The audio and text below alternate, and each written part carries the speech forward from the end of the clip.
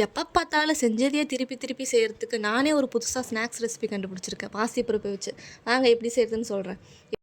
100 gram பாசிப்பருப்பு எடுத்து நல்லா மிக்சியில் ஃபைன் பவுடராக அரைச்சி வச்சுக்கோங்க. 2 டேபிள் ஸ்பூன் அரிசி மாவு, தேவையான அளவுக்கு உப்பு.